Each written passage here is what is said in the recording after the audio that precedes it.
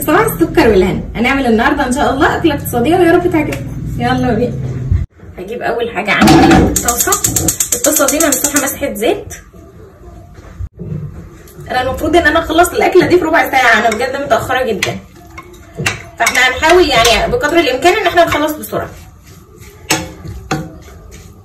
انا لما باجي اعصج اللحمه بحط قد كميه اللحمه بصل، يعني لو حطيت نص كيلو لحمه بحط نص كيلو بصل، لو حطيت ربع كيلو لحمه بحط ربع كيلو بصل، فانا عامله بصلتين يعني وسط على ربع كيلو لحمه.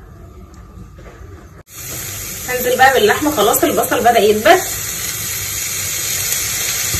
هحط بقى رشه فلفل اسود، هحط نص معلقه صغيره سبع بهارات، لا هحط معلقه صغيره.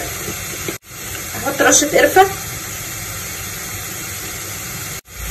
خلاص بعد ما بتكون غيرت لون بحط بقى الثوم، بحط يعني فصين ثوم تقريبا كده.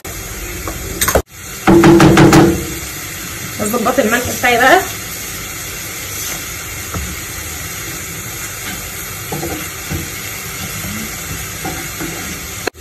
هحطها بقى هنا تنشف شويه. هحط بقى الميه تغلي هنا، هحط بقى الميه تغلي هنا علشان المكرونه، وقبل ما الميه تغلي يلا نضرب الطماطم.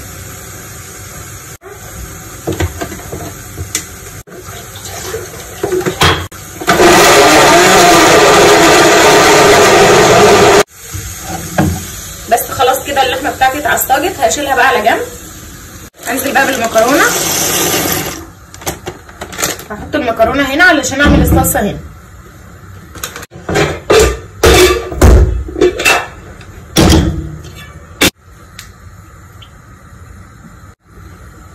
هنزل بقى بالطماطم، معلقه السكر بتاعتي،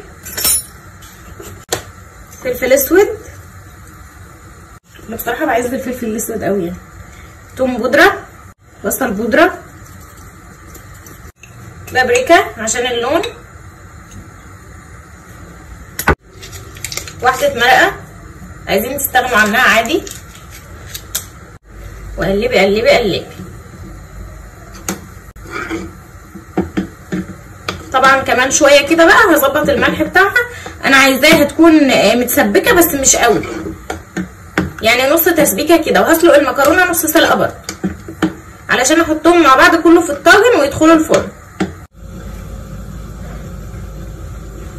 خلاص الطماطم بتاعتي كده اتسبكت خلاص. هقفل بقى ده، سخنه قوي. هجيب بقى اللحمه المفرومه بتاعتي اهي، ادي المكرونه. هنزل بقى بالمكرونه